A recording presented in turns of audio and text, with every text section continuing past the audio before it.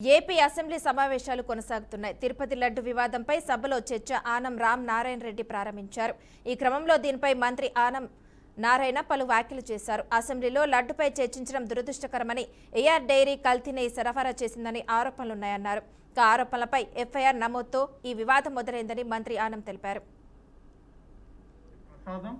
తిరుమల తిరుపతి దేవస్థానం శ్రీ వెంకటేశ్వర స్వామి యొక్క ప్రసాదమైనటువంటి లడ్డు విషయంలో చర్చలో పాల్గొని ఈరోజు ఆ వివరాలన్నీ పరిస్థితి రావడం కూడా ఒక ఇంత బాధాకరమే అధ్యక్ష. భగవంతునికి పెట్టేటువంటి ప్రసాదం, భగవంతుని ద్వారా సమాజంలో ఉన్నటువంటి సామాన్య భక్తులకి అందేటువంటి ఈ ప్రసాదం చర్చనీయాంశం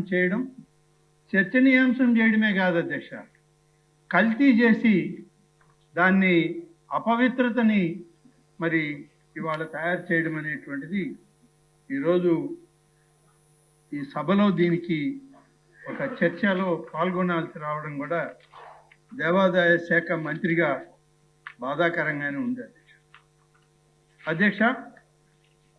ప్రస్తుతం కేసు తిరుమల తిరుపతి దేవస్థానం కల్తీ ఆవు నెయ్యి సరఫరాకు సంబంధించి తీవ్రమైన ఆరోపణలకు సంబంధించినది. ఈ నెయ్యి తిరుమల మరియు తిరుచానూరు ఆలయాల్లో భక్తులకు సమర్పించే శ్రీవారి లడ్డు మరియు ఇతర పవిత్ర ప్రసాదాల తయారీలో ప్రధాన పదార్థంగా ఉపయోగించబడుతుంది. మతపరమైన మనోభావాలు మరియు టీటీడీ చేపట్టే భారీ స్థాయి కొనుగోళ్ల కారణంగా ఈ అంశం గణనీయమైన ప్రజా ప్రాముఖ్యతని సంతరించుకుంది.